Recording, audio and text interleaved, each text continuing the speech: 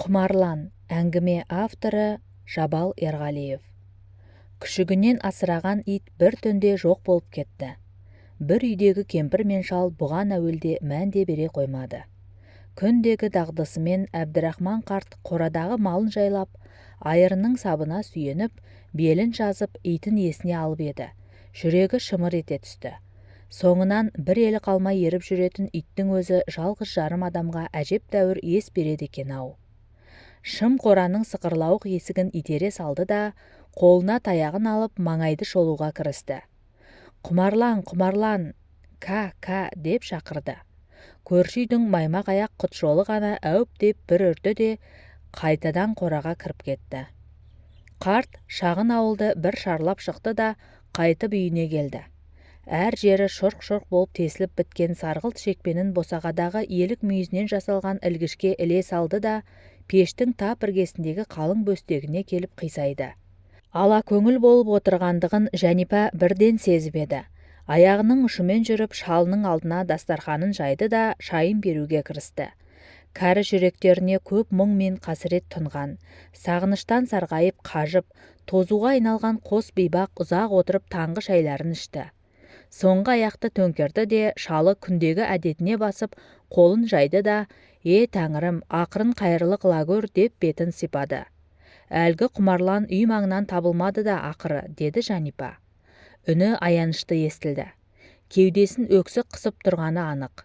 Қазір бір нәрсе десең болды, дауыс салып жылағысы бар. Бірақ мына шалының қатулы қабағынан ғана сескеніп тұр.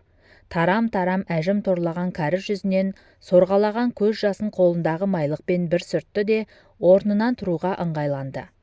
Отыра тұрсаңшы сәл. Шалы қолмен ишара жасады. Сәл-пәл ойын жинақтап алды да Әбдірахман қарт кемпіріне басу айтып сөйледі. Құмарланға оқыстан бір нәрсе болған ғой. Әйтпесе есті ит бұларды тастап кетіп қалушы еді. Жақсы ит өлігін көрсетпей өледі деген бар. Енді бұғанда көну керек. Тәңірім-ай, ақыры кеп бір иттің де қайғысын тартқыздың-ау біз бейбаққа, деген жан айқайы тілінің ұшынан шығуы мұң екен. Жәнипа боздасына кеп. Мынау қу тірлігіне айтар назын да, өкпесін де, тіпті лағнетін де ақтарып жатыр қамыққан сорлы. Құдайым-ай, құдайым, қураттың-ау, суалттың-ау осылай. Не жазып едім ойбай-ау. Құрмашымды оны алдың, тым болмаса одан бір тұяқ та қалмады-ау. Ермек қып отырған сандуғаш ол кетті бізді тастап. Байбалам салып жан дүниесінің қайғы қасіретін ақтарып, жылап отырған кейуананың боздаған үнінен осы бір күйік сөздерді әзер ұғар едің. Құдайым-ай, құдайым, кейуана боздап отыр. Жәнипаның есі ауып кетпесе жарар еді-ау деп ойлады шалы. Өзінің де босаған көңілін бекітті де орнынан тұрып, кемпірінің жанына таяп келіп. Сабыр қыл, байқұсым-ай, ауырып жатып қалатын болдың-ау енді, деді. Ұзақ жыл отасқан жан серігіне өз ғұмырында тұңғыш рет осылай бір аяушылық білдіріп еді. Әбдірахман қарттың осы бір ауыз сөзі көңіліне демеу болды ма? Бейшара кемпір солығын басайын деді. Дудырап кеткен шашын жиыстырып, жаулығын түзеп жөнделе бастады. Қайтсынай бейбақтар. Іс-түссіз жоғалып кетіп отырған құмарлан жай бір бұралқы ит болса бір сәрі ғой. Оған бұлайша күңіренбес еді екеуі де. Бұл дегенің кешегі қанды соғыста опат болған құрмашының көзі еді ғой. Көзін ашпаған сары күшікті сонау нағашы жұртынан қалап алып келген құрмаш сол күшікпен бірге ұйықтап, бірге өсіп еді. Құмарлан деп ат қойған да құрмаштың өзі. Текті иттің баласы құрмаштың өзі десе жаны бөлек екендігін сезінген құмарлан да иесіне адал қызметін көрсетіп, аң қағуға шыққанда не бір қызыққа кенелтіп еді-ау. Бұл төңіректе мұның жүйріктігі мен ептілігіне, ақылдылығына қызықпайтын аңшы болмағанды. Құмарлан келіп қалама деп үйде отырған қос қария әуелі осы бір жайды ойлап еді. Қартаюың қартайды ғой құмарланда. Құмарлан болғалы қай заман. Содан бері бұл екеуі де не көрмепті. Осы ойлар Әбдірахман қартты өзінің терең иіріміне қарай тартып бара жатқанды. Көз алдына фашист оғы қыршынынан қиылып кеткен құрмашы келіп тұра қалды. Әне, астындағы кертөбелін ойнақтата қыр астынан шыға келген құрмашының жүзі қандай нұрлы еді. Соңынан ерген құмарланның тілі салақтап кетіпті. Көп жүгірген ғой сірә. Жанары бұлдырап, көзіне келіп қалған қос тамшы жасты ірке алмаған қарт, жақтауларын қалың қырау басқан терезе әйнегінің алдына таянды. Сол тор көз әйнектің қырау ұстамаған тұсынан далаға көз салды. Дала бұрқасындатып боратып тұр. Құмарлан көрінбейді. Қап, мына боранда аңшылап кетті мекен, деп ойлады қарт. Мүмкін емес, Құмарланның да аңнан қалғаны қашан. Қартайды ғой жарықтық. Бірақ сүйегін сүйретіп жүріп, бір үйлі жан бұларға талай-талай қиын да қиналған сәтте ес болған Құмарланның күйігі оңай тимесі де анық. Апырай деймін, алапат қырғын соғыс боларын бәрінен бұрын осы Құмарлан сезгендей. Өз-өзінен мазасы кетіп еді-ау. Берген асыңды ішіп, үйренген жеріне ғана жатуды күшік күнінен дағды еткен Құмарланның аяқ астынан өнер шығарып, ит аяғына құйылған асқа да қарамай ала сұрып, Құрмаштың аяғына оралып, жүргізбей қойғаны бар. Тіпті бірде жұмысқа баруға шығып келе жатқан Құрмашты желеткесінің етегінен тістеп алып, үйіне қарай тартып жібермей қасарысып отырғанын қайтерсің. Әуелде Құмарланның бұл қылығынан Құрмаш тіксініп қалып еді. Кет әрі, деп Құрмаш даусын қаттырақ шығарып еді, Құмарлан оны қоя берді де, үріп алып далаға қарай шаба жөнелді. Жаным-ай! Ту сыртындағы кемпірінің аузынан жалын атып, көкірегі қарс айырыла күрсінгенін, кемпірінің есін енді жинап, қазандық күлін шығарып, әбден шырмалып алған қалың ой өз құрсағынан босатар емес. Айналасындағы тіршілік атаулының бәрінен безіндіре түсер мына ойлардың өзі қасіретті жанына демеу болғандай. Неғып тұрсың? Андағы терезеден жарықты да көлегейлеп. Жауып тастадың ғой. Қисайып деміңді алсайшы. Жәнипаның бұл айтқандары да көңілін серпілте алмады. Ол да тұрған орнында қырау басқан мынау тор көз әйнектен беймәлім, түпсіз терең тұңғиық әлемге қарап тұра берді. Алдағы жаман істі ит жарықтық күні бұрын сезеді деуші еді. Сол рас екен. Құрмашты етегінен тартқылап, үйінен шығарғысы келмей жүрген Құмарлан, мұның жан дегенде жалғыз баласының соғысқа кетерін де сезген. Қатын баласы улап-шулап қалып бара жатқан ауылдан ұзап шыққан Құрмаштар мінген көліктің соңынан Құмарлан ермей, шошаланың іргесіне сүйеулі тұрған кәшауа шананың көлеңкесіне кіріп жатып алғанды. Екі көзі де құлағы да үй жақта болды. Мынау тіршілікке бір мазасыздық кіргенін есті ит сезіп еді. Бір ашып, бір жұмған қызарған көздерінен парлай аққан жасы алдыңғы аяғының сабалақ жылтыр жүнінен жылт етіп жерге тамып жатыр. Бие сауым уақыт сол орнынан тапжылмаған Құмарланның ауылдың іргесіндегі теміржол станциясына қалай кетіп қалғанын да Әбдірахман қарт білмей қалып еді. Атау, әлгі ит жоқ болып кетті, деген келіні Сандуғаштың айтқанынан барып Құмарлан есіне түскенді. Жүрген шығар, деп қойғанды бұл. От ойранға Құрмашым кетіп отырғанда бір ит сол жалғызымның жолында құрбан болсын. Тілінің ұшына келіп қалған бұл сөзін келініне айта алмады. Станцияға барғандардан келесі күні естісе, ығы-жығы халықтың ортасынан Құмарлан пойызға мінейін деп сапта тұрған Құрмашты тауып алып, етегінен тістелеп, тағы да сүйрей жөнеліпті. Әуелде бұдан шошына қалған әскери адамдар итті атып тастамақшы болып, қаруларын да кезеніпті. Құрмаш айналасындағыларға бұл мені үйге жүр деп сүйреп тұр деген екен. Есті иттің мына қылығын көріп, манағы қару кезенген кейбіреулерінің көңілдері босап, көздеріне жас алыпты. Телміріп қалғырау, әлі тұрмысын қалшиып. Жатсаңшы енді. Сықырлап ашылған есіктен сөйлей кірген Жәнипа бір құшақ кепкен қиды қазандық алдына әкеліп тастай салды. Қажыған, талған көңіліне осы бір сәтте демеу болып тұрған, тәтті ойын уысынан шығаруға қимай тұрған қарт селт еткен жоқ. Анау аппақ далаға, көз жетпес сонау көкжиекке көз тіккен сайын өмір елесі ұлғайып көрінгендей әсерленіп отыр. Құмарлан, көкейінен де көз алдынан да кетпей тұрғаны осы Құмарлан. Әне, сынық мүйіз кер өгіз бен шолақ құйрық қызыл өгіз жегілген шанамен бір топ әйелдер кетіп барады. Араларында келіні Сандуғаш та бар. Колхоз малына даладан шөп тасып әкеліп беруге кетіп барады байқұстар. Сандуғаштың үстінде Құрмаштың аңға шығарда киетін тайтері тонын кигізгендері қандай жақсы болған. Күртік қарды оппалап, баяу жылжып бара жатқан өгіз шананың соңынан Құмарлан да еріп барады.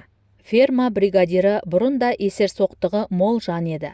Соғыстан жараланып қайтқалы тіпті бет қаратпайтын болған. Мен немістерді қырып келдім, қан көрдім. Өкпемді оқ тесті деп бір ауылға әңгір таяқ орнатқанда, бар соғыстың ауыртпашылығын осы байғұс қана көрген ғой деп ойлап қалуың да кәдік. Бір күні кеште Әбдірахманның үйіне келіп, сенің келінің неге үйде отырады? Дабай, ертеңнен бастап фермаға барсын, деп отырып алған. Бұл болса, біреудің жас баласы ғой, Құрмаш екеуі бір-бірімен дұрыс отасқан да жоқ. Мына қыста қалай жұмыс істетіп қоямыз, деп бастап еді. Беті шапшып шыға келген. Жаусыңдар, деген бұларға шүйіліп. Сталин жолдасқа жеткіземін бұларыңды. Айтамын, бір үйдің жап-жас келіні қасарысып фронтқа көмектеспей отыр деймін. Ашуға мінген бригадир оң жақ жамбасындағы қоңыр сөмкесін ашып, ума-жума болған әлдебір қағаздарды алып, тырнағы қарайып, мұжырайып қалған өзінің бас бармағының ұзындығындай көк сия қарындашты тілімен сулап жаза бастап еді. Жәнипаның жан даусы шыққан. Айналайын қайным, білмедік қой біз. Андағы пәлеңді жазбай-ақ қойшы енді. Әбдірахманның келіні жұмысқа шықпай отыр дегеніңнің өзі Сталиннен ұят болар. Тіпті өзім барайыншы сол жұмысқа. Жоқ, сүйегің саудырап далада қалады сен кемпірдің. Маған келінің керек деп өзеуреген бітейдің шықылдақ үнінен мұның өне бойы мұздап сала бергенді. Көппен көрген ұлы той деп жұмысқа шыққан күннен бастап Құмарлан таң ала көбеден оянатын Сандуғашпен үйден бірге еріп шығады. Сандуғаш жұмыс істеп жүргенде жанына жоламай, сырық сілтер жерге барып жатады да қояды. Сандуғашты көзінен бір елі таса қылмайтынын қайтерсің. Ала құйындатып шапқылап, есіре де есеңгірей бітейдің келе жатқанын бірден сезеді де орнынан баяу тұрып Сандуғаштың жанына барады таяп. Жұмыс істеп жатқанында Құмарлан Сандуғаштың жанына келсе болды. Бітей келе жатыр деп әйелдер бұрын біліп отырады, деп мәз болып айтып келуші еді келіні. Я, айтпақшы сол бітей бір күні шөпті дұрыс маяламадыңдар деп әйелдерді бір уыс қылып әңгір таяқ орнатса керек пішен басында. Содан атын омыраулатып аңдаусыз тұрған Сандуғашқа қолындағы қамшысын сілтей бергенде Құмарлан арс етіп ұмтылып, бітейді алқымынан алып түсе жаздағаны бар. Көміністі сендер әдейі итке талатқыларың келеді. Түрмеде шірітемін, деп ен даланы басына көтерген бітей, екі көзі от шашып тұрған Құмарланнан ғана ығып, ауылға қарай шаба жөнелгенді. Жер үйдің ішіндегі жатаған қазандықтың қызуынан терезе әйнегіне қатқан қырау еруге айналды. Ерген қалың қыраудың суы сорғалап аққан сайын терезе әйнегінің шынылары жылтырап, кең даланың құшағы да қарт көзіне кеңей бастағандай. Дүние кең ғой шіркін, бірақ қу тағдыр өз пендесін қауызына салып қуырған шақта, сол дүние дегеніңнің өзі жалған болып шығады екен. Жалған емей немене, Тәңірден ұрпақ сұрады, жарайды берді онысын, бірақ бергенін қайтерсің. Сол жалғыз ұлының қай жерде оққа ұшқанын, қай жерде топырақ бұйырғанын күні бүгінге дейін біле алмай, күрсінумен күнін өткізіп жатқаны мынау міне. Тәңірі өз пендесінің бәріне бірдей жаны ашыса, сол жалғыз ұлдан бір тұяқ қалдырар еді-ау. Ол да жоқ. Құрмашынан қалған сол бір тұяқ болса, онда Сандуғаш та осы босағада отырмас еді. Ауыл үйлерді аралап, Құмарланның жоқ болып кеткендігін айтып, сұрастырып қайтқан Жәнипа үйіне сөйлене кірді. Әдірәм қал, арбасы сынбағанның бәрі ақылшы, байлап неге қоймайсыңдар дейді ғой. Тіпті анау ақсақ мұқымның бәтшаны қайдағы бір итті іздеп алжиын дедің бе деп өзімді сөгіп те тастады. Біреудің қайғысы біреуге батар дейсің бе? Қарт өз ойын онан әрмен сабақтап отыр. Біреулерге қайдағы бір ит болып көрінгенімен, бұл үшін Құмарлан жалғыз баласы Құрмаш пен көрші ауылдағы сәрсенге тиіп кеткен Сандуғашының көзіндей ғой. Сол екеуінің тәтті де мұңды күндерінен қалған жалғыз елес осы Құмарлан ғана еді. Ол да жоқ енді. Өткен өмірінің сәулесі өшкендей осымен. Алдағы тірлігі Тәңірі алған күні ауыл іргесінде қорымнан бұйырар топыраққа барып сіңерін білмей отырған жоқ. Біледі бұл, біледі. Сандуғаш келді көз алдына. Ата, кешір дейтін сияқты. Өңі жасып. Кешірем ғой құлыным, саған несіне ренжимін? Құрмаш тірі тұрып, сәрсенге кетіп қалсаң онда ренжір едім. Аман бол айналайын. Осы бір ойлар миын шарпуы сол еді. Қарт орнынан ұшып тұрып кемпірінен қалың киімдерін сұратып киіне бастады. Түлкі тымағының бауын байлап жатып. Құмарлан дәуде болса Сандуғашқа кетті. Мен сонда барып келейін, деді де үйінен шығып жүре берді. Сандуғаштың аулына жетелеп әкелген қарт түйсігі алданбап еді. Үйдің есігінің астынан суық кірмесін деп тастай салған ескі құрақ көрпешенің үстіне келіп жатып серейіп, өліп қалған құмарланды таңертең сиыр саууға шыққан сандуғаш жазбай танып еді. Әуелде шошынып қалды. Босағасына келіп басын салып өліп жатқан құмарланды көріп, жүрегін өксік қысты. Мен сенің босағаңда өлдім. Сен де ана байқұстардың босағасында өлуің керек еді ғой, сандуғаш. Текті төбеттің мына жатысынан сандуғаш осы бір ойды ұққандай болды. Әңгіменің соңы. Авторы Жабал Ерғалиев. Әңгіме ұнаса лайк басып достарыңызбен бөлісіңіздер.